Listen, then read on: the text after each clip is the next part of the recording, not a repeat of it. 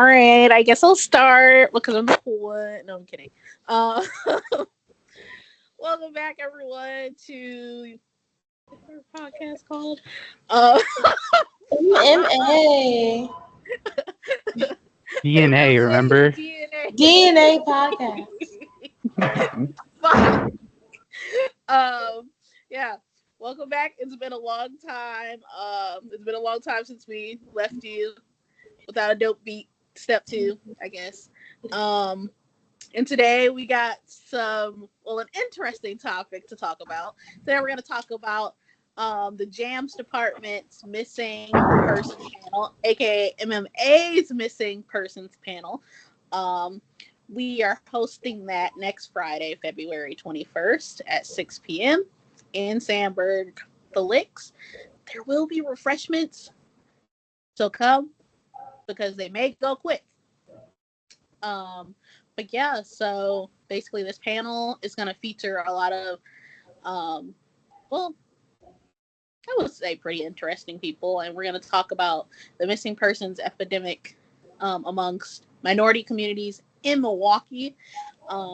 There are a lot of people missing in Milwaukee, especially Black and brown people in Milwaukee. And it's been a continuous problem. The media doesn't really showcase or really highlight these communities when where the people are missing. When they do highlight them, it's only for a brief moment. Or if they really do get a lot of media coverage, it's for something super tragic. So take for instance Sade Robinson, she went missing, and I'm not gonna say her body parts was found everywhere, but that's basically what happened because it was so tragic. I guess that's why I got more media coverage, as to where you have people like Alexis Patterson. I think that's her name, Alexis Patterson, who's been missing for years, and she only pops up in the media every blue moon or something like that.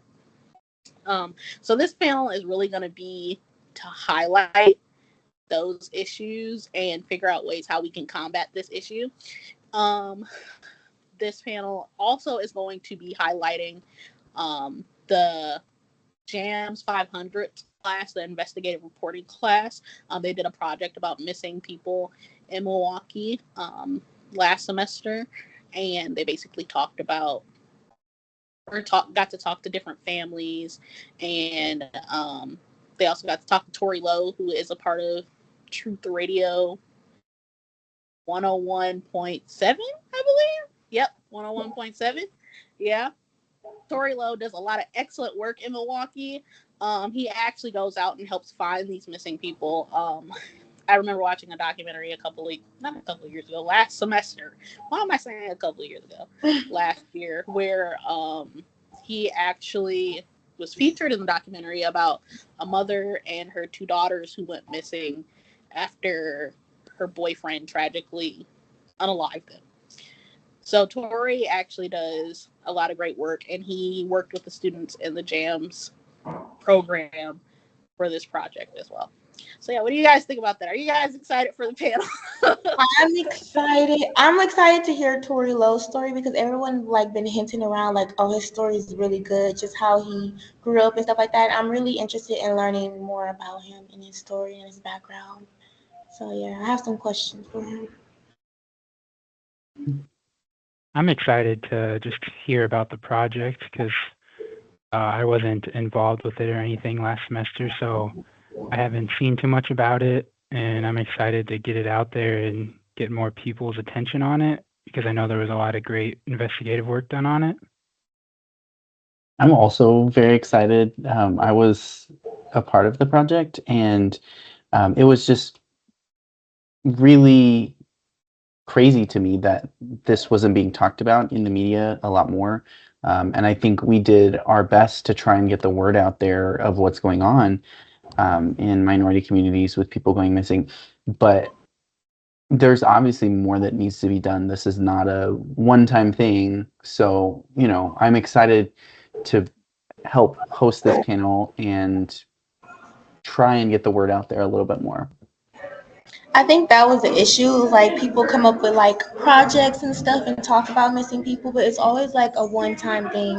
It has to be a bigger platform for it to get out there, and that's sad that it has to be like that. But it's like you have to do what you have to do to make this known in society because just because we're like college kids, people don't be, but we have a platform now because all these people are coming in, Tory Lowe, the radio. So I feel like this story will be able to be told more with that. And I think that's the coolest thing that Tory Lowe does is like this is like he does radio shows and he does all this stuff, but this is like one of his full-time things. Like he looks for missing people of color and helps families deal with all of that. And like it really should be like a, you know, it's not just a one-time thing. It's a how can we actively as a society reorient ourselves and value the stories of missing people more than just like a news article. All right. And it's all about the dramatics too. Like everybody wants a movie scene kidnapping thing. Like it's all about the dramatics with the media. If you don't have that, then you're not gonna make it in there. So I feel like we have to be humanize them more than just the dramatics and what the people want to see. Like these are humans. Like let's give them the attention they need. Yeah, I completely agree. Something I've been noticing as like for when advertising the event specifically, it seems like not a lot of people are engaging with the post or um like they don't want to sign up or really want to talk about it or anything. Um which is kind of sad to see because if it's like anyone else, then like they're like, oh yeah, we gotta find this girl, we gotta do this, do that, and whatever. But I feel like when it comes to black and brown people, like the effort is not there. Like right now, I think some girl just went missing in Milwaukee. She's like 16 years old and she's pregnant and she's believed to be with her baby daddy who's like 40 years old, and you can see like the posts everywhere on Facebook every day for her. You can see it on Twitter, like on the news and all that stuff. But it's like every day I see maybe 3 or 4 people pop up on like Fox 6, like black and brown people who are missing on Fox 6, and I only see them like once. I've seen this girl at least several times, like every day. Um, and it's sad because I wish that, you know, especially like us as future journalists and stuff like that, I wish people in our career would try to capture and try to help find these missing people more efficiently and put more effort into it as well. So, yeah. I agree. I don't know what it is about that. I don't know if it's like uncomfortable conversation because being uncomfortable, a lot of that's a big thing. That could be one thing. Maybe just not seeing it as like, oh, people won't really care. It's not newsworthy, or I don't know. But I just focus on. I feel like it's just for me. I feel like people get uncomfortable with these conversations, maybe about just missing people. And Yeah. From what I've heard, that's how the project originated, was just noticing that lack of coverage. Maybe you can speak on how you guys originated the project, Caleb? Yeah, I mean, I'll be straightforward. I was not one of the ones who came up with the project, just because before that, it wasn't really something I paid attention to. I always felt like people going missing was like like you had to be the type of person who just watches crime shows all day to like really pay attention to that. Um, and Akira, to your point, it was uncomfortable to like reorient myself and just say like, oh, this like is a big issue, but it's obviously important to push through that and say like, no, like it doesn't matter if this makes me uncomfortable or I'm dealing with emotions I never felt. Like these are really important things to talk about and talk about on a consistent basis. And I don't know, it was I don't know, it was just interesting to me to gauge my own feelings as I went through the project. And um, yeah, I think Yeah, I agree. Like growing up in like, because I was grew up in Milwaukee. I'm born and raised here. Missing people, like the way it was set up, like a girl going missing, just get on the city bus and she missed, like she missing. I would see that sometimes. Mama would like tell me about it from her phone, like, oh, you better watch out. Like she would give me warnings and stuff, but I never like thought of it like, oh, it could happen to me. Like I never, but it could, because in those situations, like when these girls go missing, I was in similar situations just like that.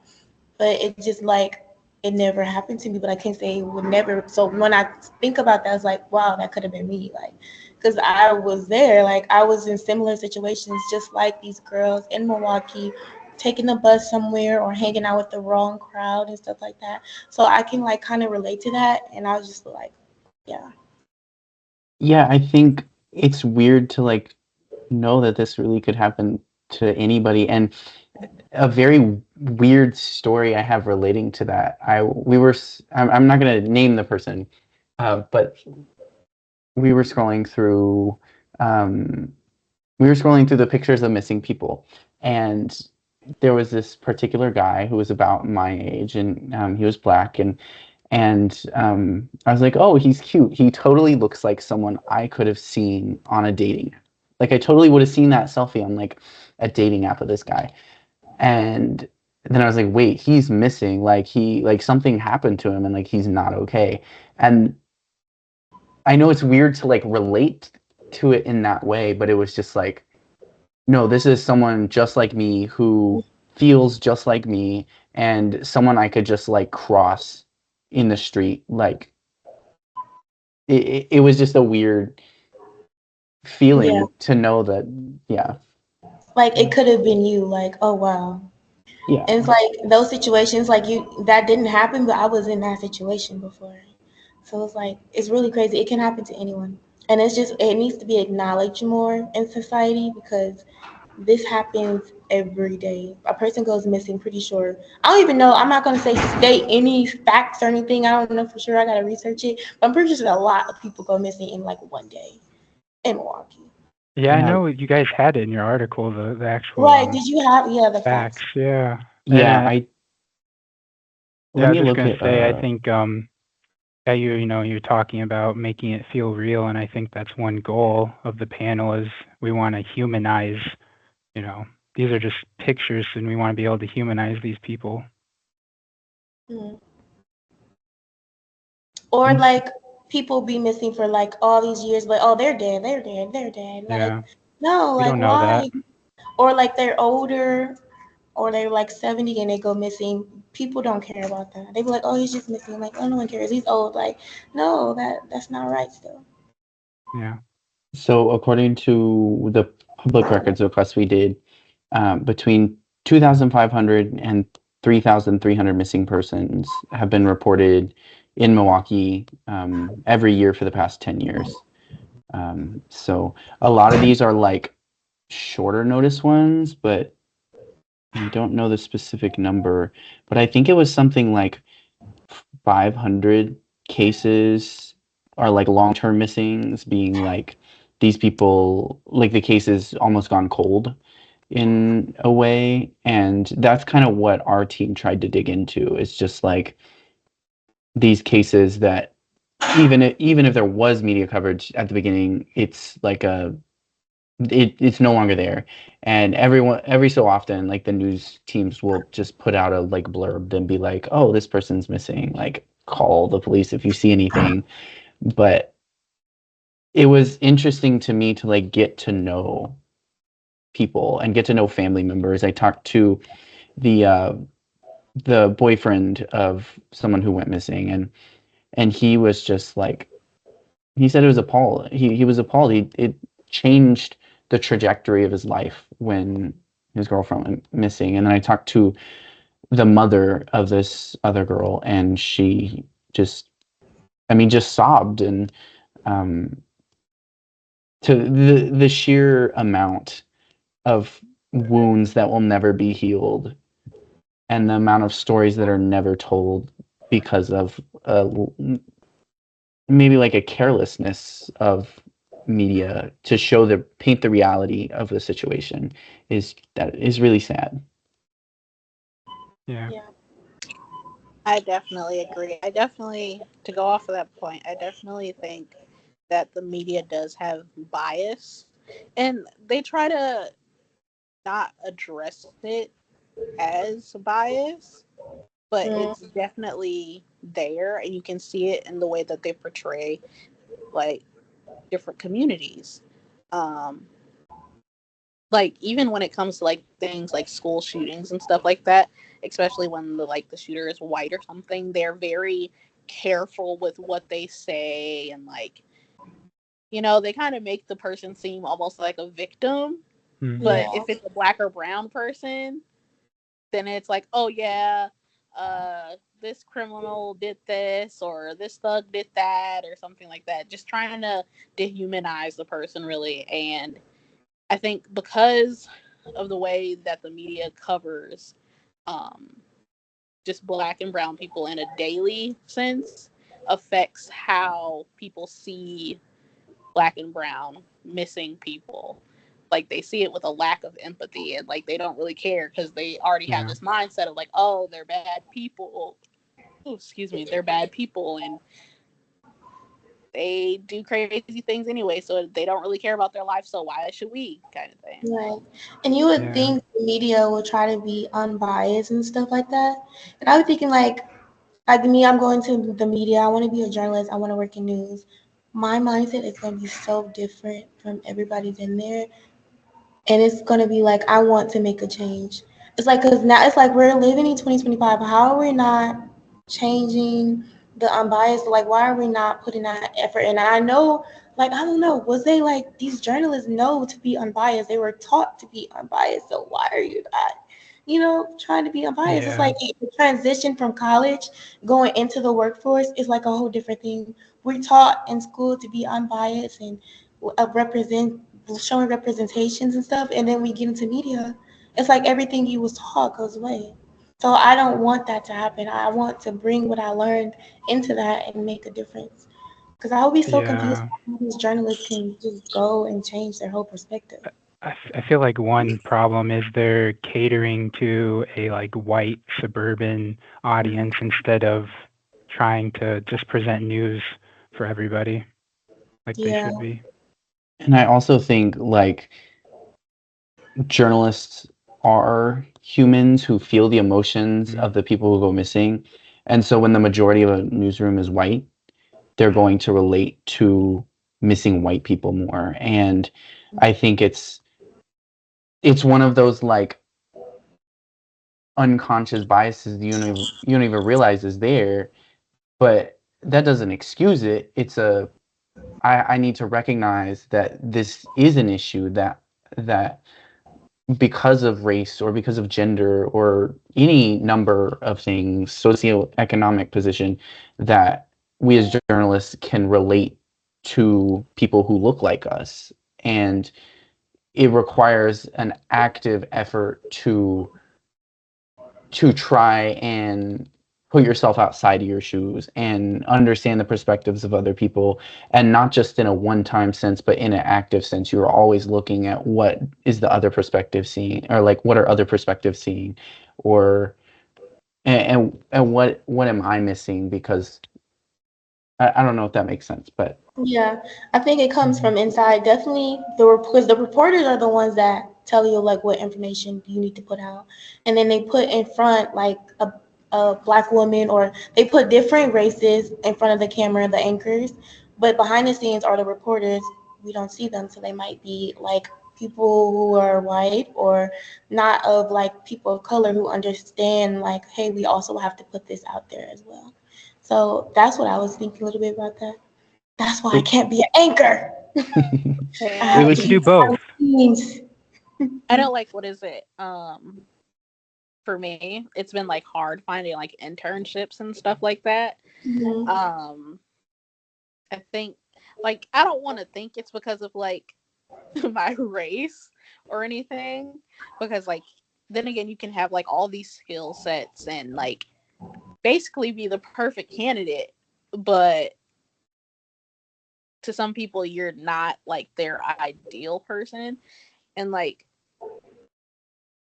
I see like it's hard, like wanting to be a journalist and Mhm. not see someone that looks like you in that role. Um, and like for me, like I have to see somebody in like a role or somewhere in a position that I want in order to really wanting to achieve it. I know there's Oprah, but I don't fuck with her. I'm sorry. I'm gonna just put that out there now. Wait a I don't minute. fuck with her. You're Don't always fuck with bringing her. in Had her Oprah. ups and Don't downs. fuck with her. Oprah Even had though her she ups and downs. even though she started here in Milwaukee, I She did don't start fuck with here. her. Oprah, if you see this, just know. Oprah, I love Don't. you. Oprah, if you see this, Oprah, I Oprah, love I I you love love too. you. you. Oprah, I love you, Oprah. I don't fuck with you. And you I know love why you, I don't fuck with you. So, Not saying anything. but, I love me, Oprah. but look, That's funny. if she apologizes, maybe. But until then, no. Absolutely not. No. Wendy Williams, I see. See, maybe. like I see Okay. I like people. Wendy. Wendy. Huh? Yeah, I like Wendy. Yeah, I like Wendy. Wendy's cool.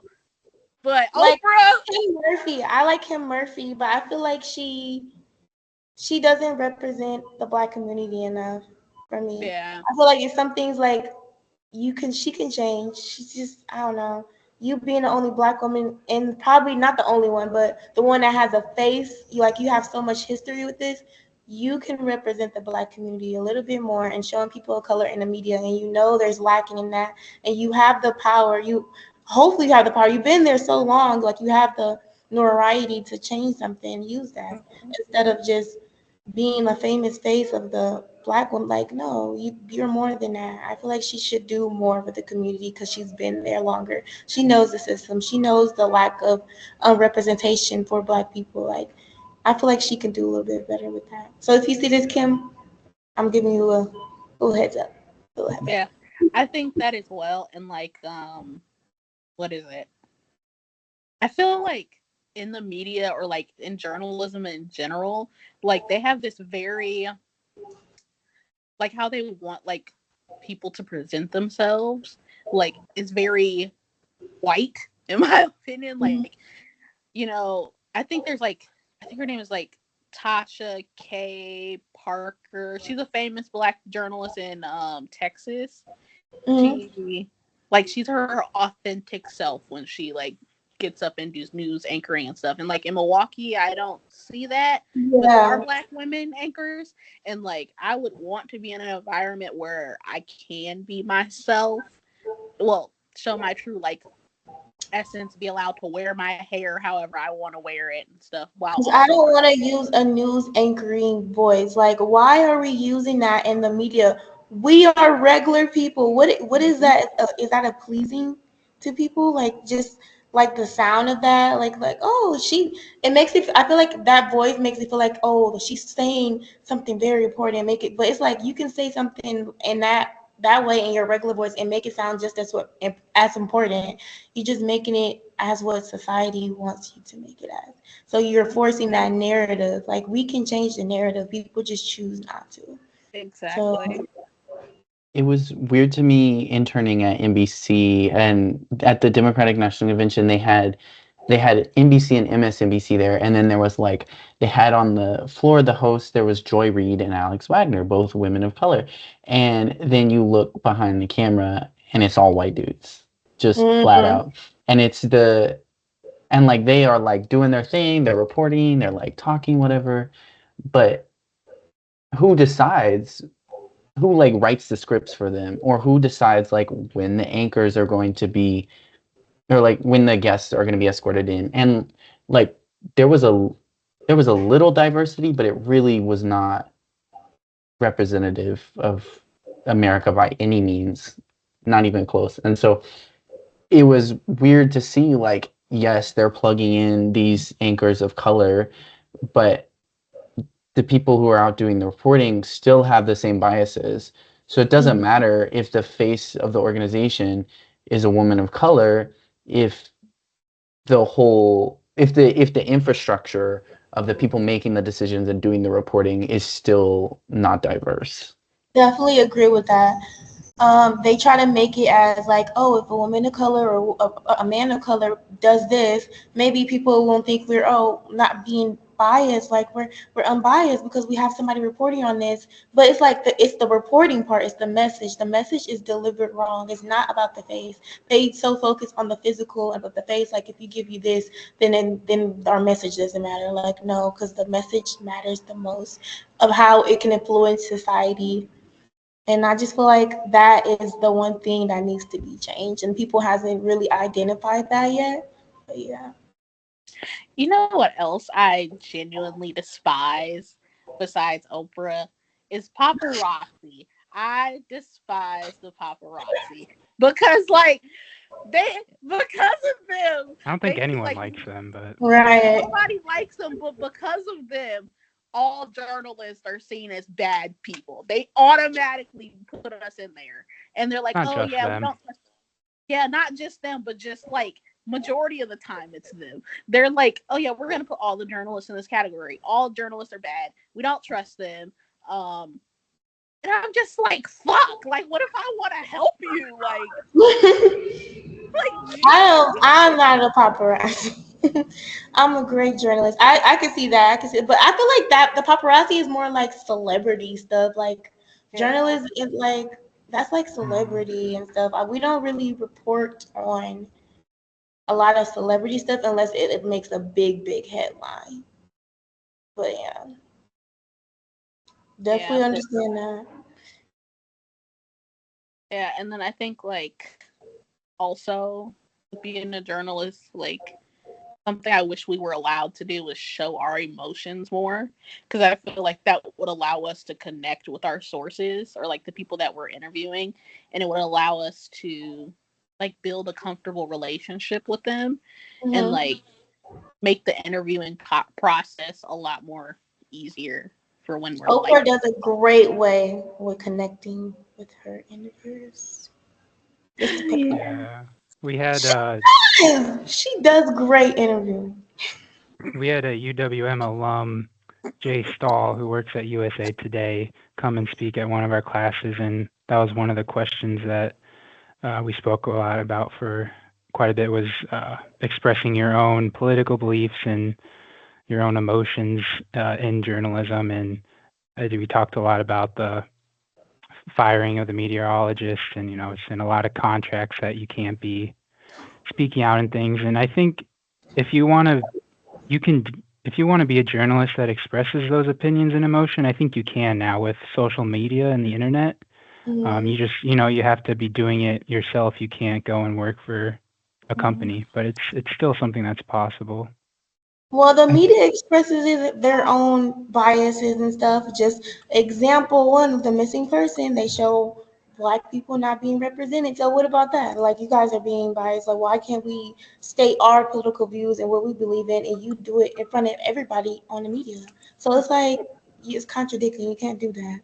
But nobody really like recognizes that because they have that literally is their own political view what they're putting out with that representation of, oh, we want all the white us on the media or not representing the missing black people. Like that's a political view. So why can't we do it if you guys are literally reporting on it? So I don't know. I think one thing that is interesting to me to read about is like in being in the terms of like being unbiased.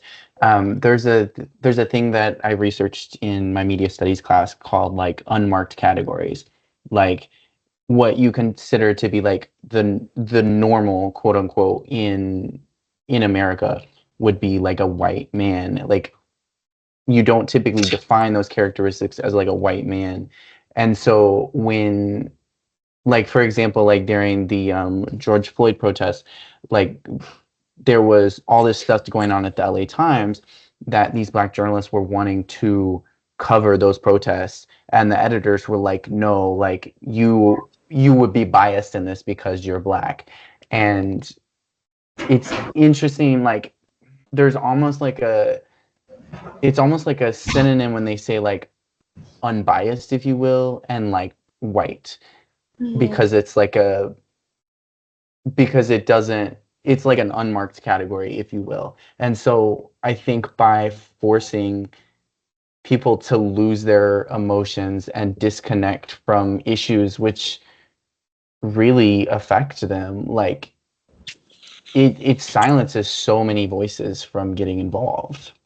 Yeah, and the media is supposed to be about voices, but you end up getting silenced in the media by the media. Even as a worker, like an employee, you work there and you can't even use your voice. You have to use the voice that's given to you by people who is up higher than you, that doesn't look like you, who doesn't understand you. So how would you report on media if you're being biased about everything you give me? So yeah. Mhm. Any more comments on this media stuff? Because we're going into the workforce.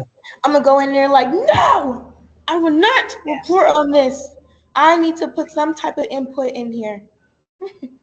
I think there's a lot of journalists with that mentality coming into the field, and so I think it is going to change. Yeah, they Yeah. give me something and I go whole. I went left. They tell me go right. I go left, right on camera live, and we're reporting on something else too. Yeah. I know, Yeah, what is it? Yesterday. Was it yesterday or was it earlier today? There was like a video of Akon. You guys remember who Akon is, right? the rapper. I think he's a rapper. I don't know. I don't But know. basically he was talking about something like this journalist or like entertainment journalist about like his friendship with Michael Jackson, right? And so the journalist was trying to like kind of paint MJ in a bad light. And so Akon was like, no, I'm not gonna let you do that. That's my friend and stuff like that. And so I decided to make a video, and I was like, you know what? When I become a mainstream journalist, just know all of this shit's about to go left. Everything's about to get debunked. Every celebrity that has been done wrong is about, like, you know what? All you journalists, just prepare for war. That's all I'm gonna say. Prepare for war. Journalists versus journalists. Like we're Yeah. rogue. I call ourselves we're the rogue journalists. They don't like us. They don't want to hire rogue journalists with beliefs and who are very unbiased. They want the biases though. They be like, we want unbiased. No, you want the biases. You Yep. do because you report on it. But I'm a rogue journalist. I like to use my voice. I need to speak up. Yeah. Because like if we don't do it, then it's gonna be the same forever. Mm-hmm. And it's not gonna happen. And then and people get in college, they're gonna talk about the same thing, studies the same thing. Like we don't want that. We need it to change. We need this or the one we're talking about now, we need this to be history. We need the media to represent black people more. We need this to be a history, not a current thing that's still happening. Like I want to talk about this in the past, like, oh, it doesn't happen no more. They represent us more. So like I need this to change. I think one of the biggest points of agency that we as journalists have is what stories we choose to cover. Because I feel like there's so many stories that have been uncovered. For example, the missing people of color in Milwaukee. And by choosing what we put our time and effort into and strategically doing it to show the like almost like the people who are not covered, Mm-hmm. then we're utilizing our medium of journalism to inflict change and to show inequities in the system. Yeah. And the system also has a lack of like officers, like people working in the police. And I feel like that has a lot to do with police brutality. I feel like that affected them a lot with getting employees and people wanting to be officers in the police academy. I feel like it was a big drop, especially after the Black Lives Matter and George Floyd. I definitely saw a drop in people wanting to be a part of that. So I feel like that has an impact on how people are put out there or represented or found or just getting some attention because like they don't have enough officers, they don't have enough people to investigate or report on that or give some reporting back to the journalists. Like it's not enough people. That was one of the most interesting things to me that the police said, like you said, is like, we're like, okay, well, what do the police need? How much, what dollar amount can we give you that would make you be able to like cover this more. Um, and they're like, we're not filling out graduating like police academy classes. Like, we just don't have enough bodies to put on the force. And every single one of those detectives said that they have felt antagonized in their jobs over the past 10 years, just like a growing general antagonization. And it and similarly to journalists, I feel like journalists are being like spread thin. They're doing all this work and they don't have time to investigate stuff. I feel like police are in the same type of boat. Like Yeah. there's just so much going on. And I mean, it my hope is that there will be a shoring up of priorities, that rather than focusing on like, petty stuff or like Yeah. speeding tickets, it's about the people who have been missing for years. That is my hope, but I mean, it just, I haven't seen any of those changes. So like, Yeah. but like Def- for example, like the Milwaukee police, I think there's they said roughly at any given time roughly 500 missing persons cases in Milwaukee, and they have one detective on it, yeah. and it's just like I forget how many employees they have, but And I think the detective, isn't she a woman of color? yeah, she It is, was and like, she come on, guys. yeah, But and she's a really great person, very like I don't know, just very motivated and passionate about what she does. But it's just how is she supposed to do all of that um, by and herself? why isn't she the only one on there? Like, why hasn't anybody else? Like, there's other things to work on other than speeding tickets and jail time. Definitely agree with that. Mhm. Because we're tired of you getting us tickets to pay taxes for the Bucks players. No, I don't even go to the games. I'm not giving you money for the Bucks arena again. Yeah, that's funny. I know another issue that I wanted to see how it like plays a role with like missing people in Milwaukee is like human trafficking. Um, I know I learned something about human trafficking a couple of years ago when I was doing like a paper or something like that. And I know, or I learned that there's like the connections of like how to get like people. How am I trying to say this?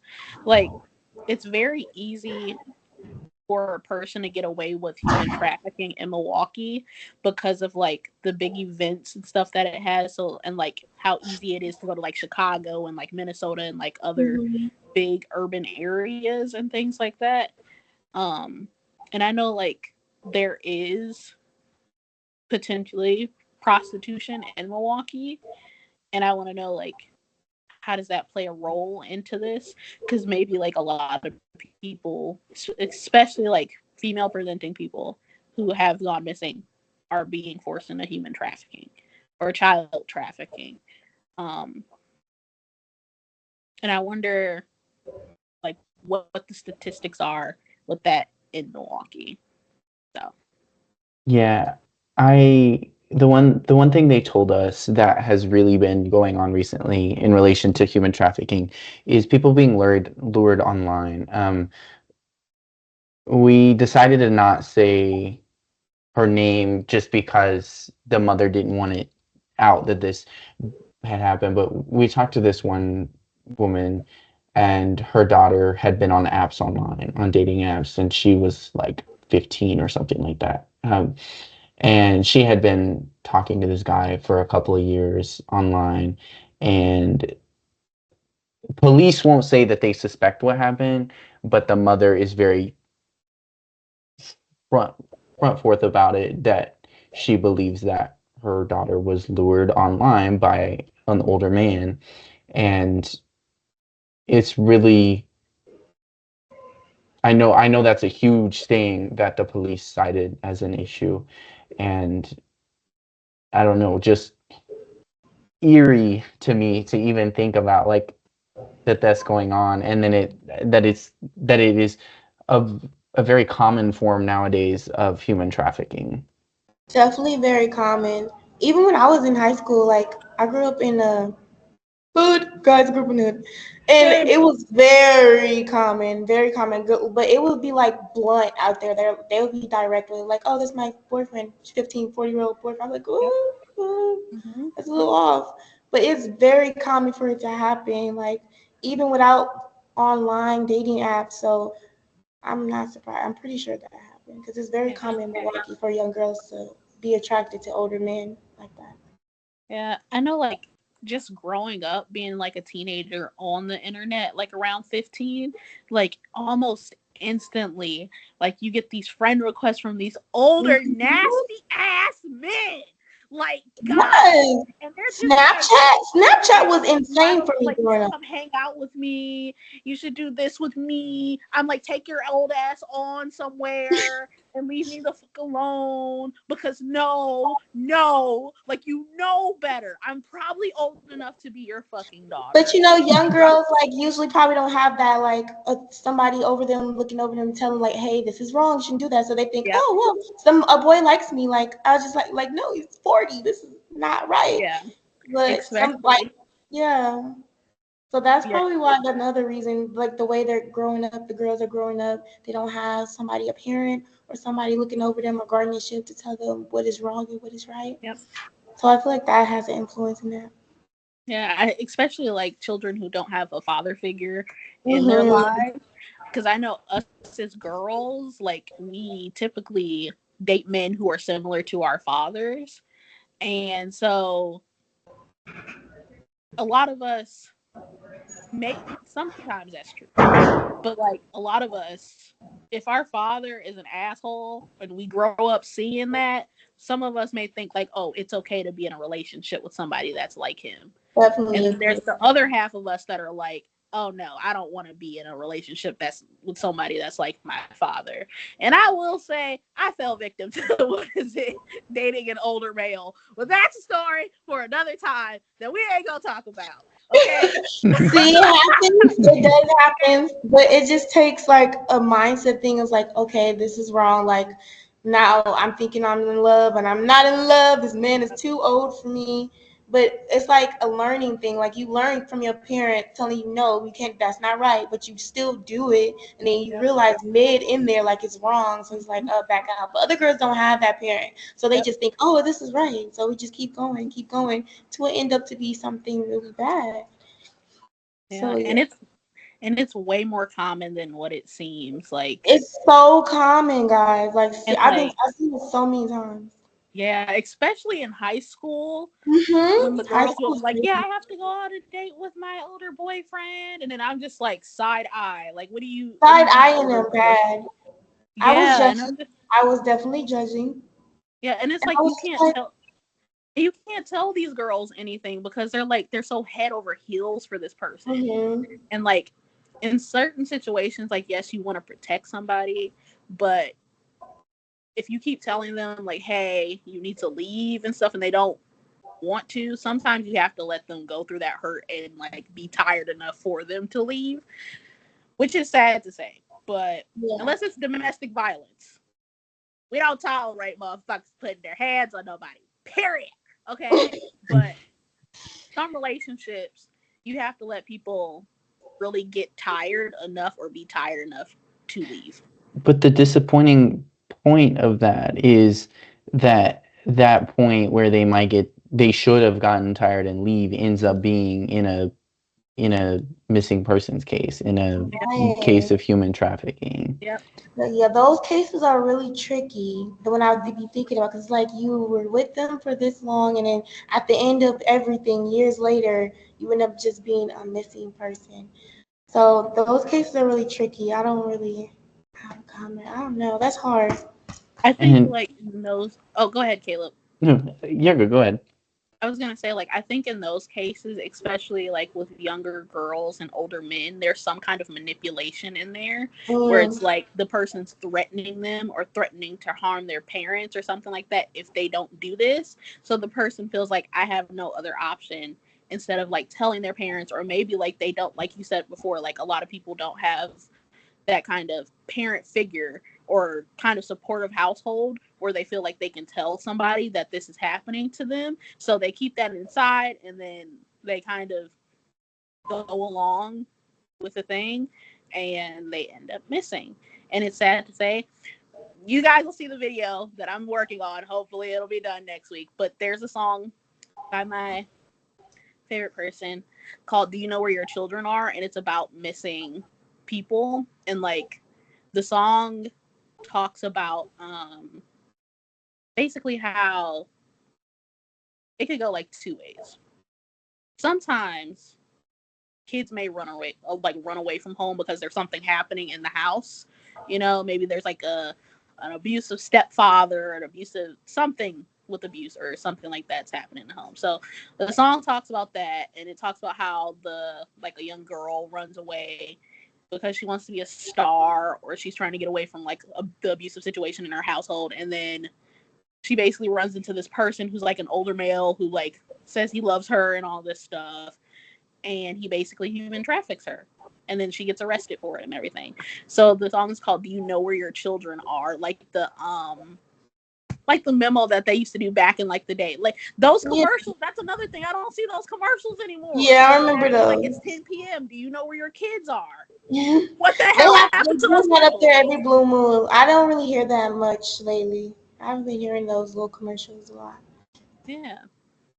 I think in terms of like solutions for that, like obviously not everyone has like a parent hanging over them saying like, oh, this is like unsafe or like, you know, whatever. And so I guess my mind turns to like the education system. Like what can like we how can we educate our children better to understand what is safe and what isn't safe online? And I know that's something I've talked to a couple of different professionals about media literacy in schools, and to what I've heard is there really is none. And I would even go so far as to say like not just media literacy, but like in terms of like sexual education, like understanding when you are being taken advantage of, or understanding like all those kind of stuffs. And I know a lot of the pushback from many different people is like they feel like that's like bringing the idea of like sex to children too early, but it's also like at the same time this is a common thing. And I can't cite any specific statistics about it, but to me it feels like it's becoming more common over time. Yeah. And it's just, I feel like my mind immediately jumps to how can we educate our children to act smarter and make safer decisions about all this kind of stuff. There's definitely a lack in the education system. I feel like it should be pushed more into that. Like we need to have sex ed, because I never had all my high school, middle school. I never had sex ed before, never, and I never had media literacy before.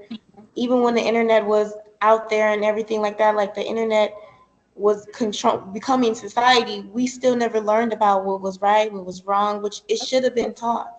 I didn't learn that until I came to college or from like my family and stuff like that. But other people don't have that opportunity. They will have middle school or high school, and you should give them the opportunity to learn about this instead of just waiting to college or your parents to eventually tell you about it. It's like, or you have to learn on your own in a bad way. Yep. I know, like for me, I did have like the opportunity to take sex ed in middle school. I think it was seventh and eighth grade, and then also in high school. But the things that they really teach you in there is just about like safe sex, pregnancy, STDs, stuff like that. They don't teach you about like, oh, if this person touches you in this way and you don't like it, say no. If this person tries to lure you online, don't go, kind of thing. Um, or like they would like my school would have like these little weird ass sessions that would like hint at these things, but like not fully go in depth about them. So you're just like, what the hell are you trying to hint at? But like you kind of get it. And then They make it so secretive and like again, uncomfortable. Like, guys, we have to have these uncomfortable conversations. Like, this is actually a normal and common thing. Why aren't we really talking about it? yeah. And I think like even like if you're worried about like your kid learning about like sex, there could be like different levels to the thing. So like when they get older, like 7th, 8th grade, where they may be like, I'm not saying 7th and 8th grade are doing nasty shit now, okay? I'm saying when they start thinking about doing nasty shit, okay? Not saying sex is nasty, but when they start thinking about it, okay? When they start thinking about it, going through puberty and stuff like that, because, at a certain age, you're gonna have your menstrual cycle and all this other shit, right? So during those times, that's when you should start bringing in sexual education and stuff like that. And it doesn't even have to be like, oh yeah, this is what happens in the bedroom. Mommy and daddy does this, It could be like understanding what you want, what makes you feel good, how to take care of yourself and stuff like that.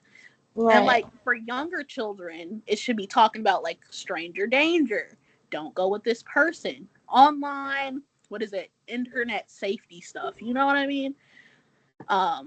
Talk about stuff like that. Like I know me as a kid, I was so paranoid with like getting kidnapped and like stranger danger and stuff. So like I was on YouTube looking up these videos. Like I think it was for that and active shooter stuff. Like I was paranoid. Like I was like, oh no, fuck that. If somebody comes up to me, I gotta know what to do. You Like I watching gotta be too many ready. movies. Huh? You watching too many movies. That's the thing. No, I don't even watch action movies and kidnapping movies like Oh that. gosh. My ass is just paranoid as fuck. And like as a girl who also used to take the city bus a lot, and Yeah. like I've been catcalled by older men a lot of times. I've been followed home by older men from like the bus stop. And like my mom was like, why don't you want to take the city bus? I'm like, because there's fucking creepy people on there. And like Ooh, I hate the city bus. It creeps and then me out. like some of my friends have experienced worse things on on the city bus. And it's like I feel like there should also be like more security on those buses as well. Be Yeah. like an officer or something like that that sits there. Um, because I've heard like basically two girls that I've known basically being like basically have been not like assaulted on the bus. Um, because some male decided or some guy decided to do some weird shit on the bus, instead of at home like a normal person. Okay, and it's sad that you can't even take the city bus normally without worrying about being assaulted or being followed home and stuff. And like it's just it's so weird. Yeah. Like even if you're just sitting at the bus stop. I remember one time I was getting on the bus to go to driver's ed, and a guy who looked old enough to be my older brother or like my father, he was like, how old are you, sweetheart, and all this stuff, just eyeballing me. And I'm just like, if you don't get your fucking Mr. Clean looking ass on somewhere, like stop looking at me like that, you fucking creep.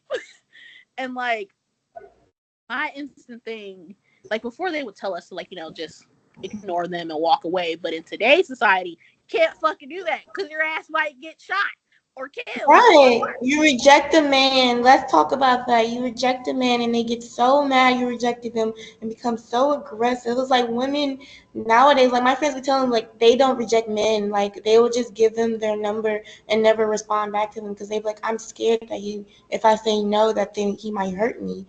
Yeah. Because they said like it happened before. Like they see it in the media so much about a black woman getting shot by a dude at Yep. the gas station for not wanting, like what?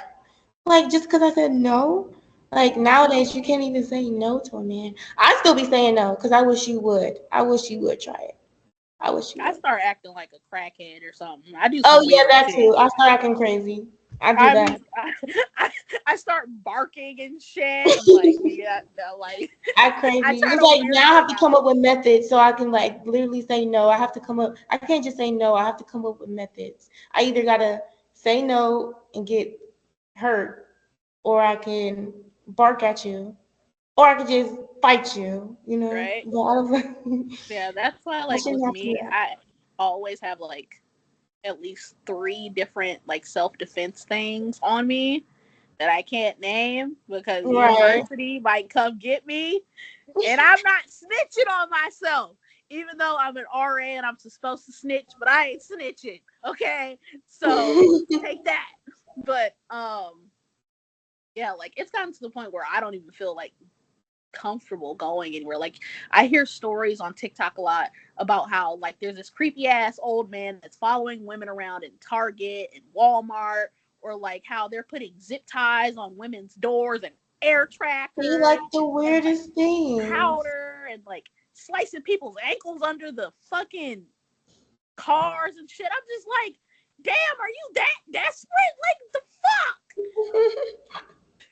And like when I think about it, when I look back at like a lot of music video culture and like movie culture and stuff, like, and even after taking Eric Loman's marriage class or wedding meanings class, a lot of like this chasing behavior where men take no can't take no for an answer is scary. Like, Is I gotta bring my baby back up in this one, okay? But I'm gonna do it. I'm gonna use it as an example, okay? So in MJ is the way you make me feel, right? I know it's supposed to seem innocent and like, all that stuff, right? But like this man is so persistent on getting this girl. Like he's climbing through cars. Like she's trying to get in, like she goes near her friends. He follows her over there. She tries to go into her apartment. He follows her over there. I'm just like, bitch, can you take an answer? Like, no for an answer? Like, no. Like, and it's so weird. I'm just like, why does society normalize stuff like this? Like, right. it's just so weird. And the fact that because it's so normalized, a lot of men nowadays think it's okay to like hurt women if they say no. And that sucks. But yeah, speaking of that, Ethan and Caleb, what do you guys think about that? What do you guys think about our experience? As men, What we got really? what we got there? I feel like my point earlier about education, I feel like I had originally like I was like, oh, like how can we help keep women safe? But I feel like that's just like the obligation to educate is honestly probably more so how do we educate our young men to be just better people generally, and that includes everything you've entailed. Um, and it's it's I hear stories like that from so many different women, and it's disappointing to hear all of that. And part of me is like, well, how can I help? Like, is there like some signal that a woman who is uncomfortable can give me, and I can like help them out? But at the same time, it's like you shouldn't have to deal with that in the first place. And I don't know. I think I think there are so many things that go into that. And personally, in my life, I've dealt with toxic masculinity in so many different ways, and I think that that is one of the key causes of all of this. Is like if you build yourself up on this pedestal of fragile masculinity or toxic masculinity, then being rejected by a woman just crushes you. And so in order to like prevent this type of thing, it requires a complete cultural reframe of what masculinity is. And I mean, I know that men hit on me. I've had old dudes hit on me too, and harass me because I said no to them. Mhm. And it's just, I don't know. It makes you uncomfortable, like, Yeah, it's not right. And then they're gonna sit there and act like everything's normal, like they didn't just do what they just did. And I don't know. It's just it's weird to see the worst. It's not about me. It's about me, like not saying no, the being uncomfortable. It's about how your reaction is. Like, oh well, like that Mhm. gets me like, really? You're just doing that because I said no? It's the reaction of a man, a toxic man like that, of how you're responding to me saying no. That's what gets me. Yeah, none of this is on the fault of any woman. It's completely 100% on the fault of the man who does this. And it's, yeah. Yeah, for sure. Yeah, I think going off what you said, it starts with education. And right now we're in a state where education is being taken away from rather than we're adding to it. A lot due to the current administration, and even the person in charge has a long history with the mistreatment of women. And so I think we need to just keep speaking up and making sure that women are heard, that their stories get told in order to prevent this from happening, because it starts in childhood. Toxic masculinity was really started, with baby boomers who then gave it to like Gen X, and it's just kept getting passed along. And I think it has been chipped away a little bit, but it's not something that's gone away yet. And I hear a lot of like, hold your friends accountable. Like, as a man, like, hold your friends accountable when you see them engaging in toxic masculinity. And I'm like, what male friends? Like, I'm tired of men. Get them out of my life. Like, What male friends? yeah, I get it's around a just, man and I start talking about them. You toxic masculine. yeah. I turn into a whole feminist and I make them uncomfortable. It's like, hey, I don't know what to tell you. Yeah. And so, like, how do you Not you, hold them accountable? Ethan. But like, how do you hold them accountable if it's unsafe to be around them in the first place, or Right. you don't feel comfortable around them in the first place?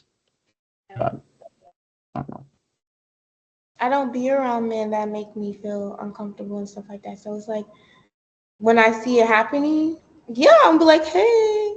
But then should I step into their business? Then he might attack me, you know? Mhm. It's like you have to think about those things. I know, And like, as an RA this year, what I have been seeing a lot, specifically in Sandburg, is a lot of, it wouldn't be like catcalling, but it's, well, actually, there has been some catcalling happening in Sandburg.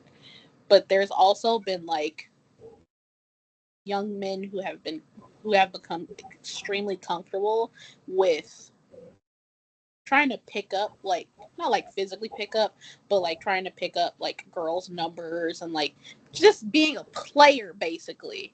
Mm-hmm. Um and they've become really persistent with it. Like, I had one of my classmates, she was going into North Tower, and this guy, I don't know if he followed her from outside or whatever and came into Sandburg, because like, you have open lobby hours where like you can roam around like the first floor of Sandburg without tapping in, unless you want to tap into the towers.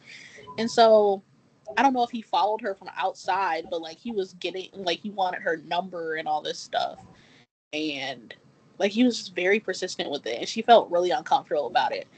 And I believe she's a freshman. And I was telling her, like, you really got to be careful with a lot of these guys nowadays, specifically in housing, because a lot of them will literally just sit on that couch over by the restore and just try to hit on girls and get their numbers and stuff like that. And the last year, there was a lot of sexual assault stuff that was happening on Yeah. campus and like around Sandburg, which is, I'm glad that this year it hasn't been as bad. Like, this academic year, it hasn't been bad. Like, I haven't heard anything. Um, but last year it got to the point where like even I was uncomfortable just walking around outside in Sandburg. I even, oh my god, y'all, I had to Title IX myself last semester because it was really bad. It was bad. Somebody um vandalized one of my whiteboards on my 16th floor and wrote some really disgusting stuff on my whiteboard, that basically insinuated that they wanted to assault me. Oh And wow. so, and the Yeah. other thing is that they use like some of my residents' names on the board. oh, And the thing is, like, I know these residents, so I know they wouldn't do this, right? And so They were just saying a whole bunch of nasty stuff on the board and writing it down. And then that same night, because I wasn't home, thank God, or I wasn't in my suite that day, I was at home, they kicked in my suite door. Yeah. So they kicked in my suite door. Yeah, they kicked in my suite door. And I keep thinking, I'm like, if I was there that night, what would they have done to me? Wow. And like, It's crazy. I was like, so, and it's bad because like literally the year prior, the fall semester prior, I had just went through another Title IX situation. So I'm dealing with Title IX stuff back to back. And then also while being an RA, I have to deal with other Title IX stuff from other residents that are feeling uncomfortable in the residence hall because some older guy is flirting and hitting on them and stuff. So that was very traumatic in itself because I'm like, one, the people that kicked in my door, they don't know me. I don't know them. Never spoke to them or anything. And like the idiot wrote his name on my whiteboard, which was stupid. So I got in contact with PD or whatever, and yeah, I was like, I want him cited because that's not okay. Like he didn't even live in the res halls, and he just came to my floor randomly, decided to write all this nasty shit on my board about doing things to me, and then is gonna run away. Not only did he kick in my door, but he tried to get into one of my other female presenting suites, like door. And I'm just like, what the fuck? And dealing with that, it's crazy because like I felt like nobody was listening to me in that situation. And like I'm like, I want this person banned from housing indefinitely. Like he should not be allowed back, period. And like I feel like they were just being so hesitant about the whole thing. Like, but this and this and that. I'm like, no, he broke a policy. You keep telling us we need to enforce these policies, and when people break them, they get banned from the building. I want him banned indefinitely. He should not be allowed back. And the stupid thing is, the guy just created his guest pass the exact same day. Damn. So now he's banned indefinitely. And then just going through that process again with having to deal with like victim advocacy on campus and like having to go back to therapy and stuff. It's tough. It was tough. Yeah. And no person should ever have to feel unsafe where they live. For sure. I'm glad you spoke up like that because a lot of people don't speak up in college when things happen like that. And they don't know the policies and nothing like that. Like maybe I would get in trouble or they try to blame me. But if you have a voice and you speak up and tell them you have to enforce this and know your policies, they have to abide by that. Yep. So it's good you do that. And my whole thing is like, because I am an RA, I want my residents to see that like, even if I'm going through something, I'm going to report it. And you should too. And like, another reason why people don't report a lot of stuff on housing, because I've dealt with several Title IX cases, some of the police officers that have been in like dealing with these cases are not empathetic at all. They have this very macho attitude. Yeah. And, like I had a case where we had like a repeated like offender with it, and they kept sending over the same fucking officer who just like acted like he did not care. Like he was just like, well, did you do this? Like, did you do that? And then one time when we were talking about the situation, he was saying, or he was calling like the victim, basically an iPad kid because they can't communicate their feelings with this person. And I'm like, okay, you're a 5'3" blonde girl, petite and everything. And there's this gigantic motherfucker, muscular build, 6 foot, I don't even fucking know, right? and he's flirting, like he's making you uncomfortable, saying all these sexual things and stuff like that after you told him, A, I'm a lesbian, B, I don't live in this building, and C, I'm not telling you my major. And he keeps persisting. Like, what do you mean she's an iPad kid? He made her feel uncomfortable. And then, And that's when I will get the badge number for that person. Mhm. oh yeah, we did. We got his badge number. That I was definitely another I need your badge number. Like, I'm reporting you to your higher authority, sir. Like, I do that. Yeah, and then like with the person that we were dealing with, like he just did not, like the person that was committing the crime and stuff, like he just did not respect women, period. Like I had a couple of conversations with him, but after he made one of my residents uncomfortable, I was like, no, bitch, you gotta go. You're not gonna hurt my kids. No, I don't tolerate that shit at all. And like the person was just very narcissistic and very just did not respect women. Like a lot of the stuff that he would say was very inappropriate. And I feel like that's another thing. Like housing allows like older people to live here, like people in their 30s, people that are born in the 60s and stuff, to live here as students. I feel like specifically in Sandburg, they should not be allowed to live here because this is like a freshman dorm kind of thing. Like put them over in Kenilworth where they can all mingle with each other and, you know, have the same atmosphere. But like putting them here and then stuff like this happens where like you have basically a person who's in their 30s messing with somebody who just turned 18. Like, no. Mm-mm. Yeah. Yeah. That's what happened to me, y'all. I survived though. I'm happy you survived. We're glad. Yeah. Tell your We're story. happy you're here. Yes. I think to wrap this up, Oh, yeah. you can promote the Missing in Milwaukee event again. The free panel is going to be on February 21st.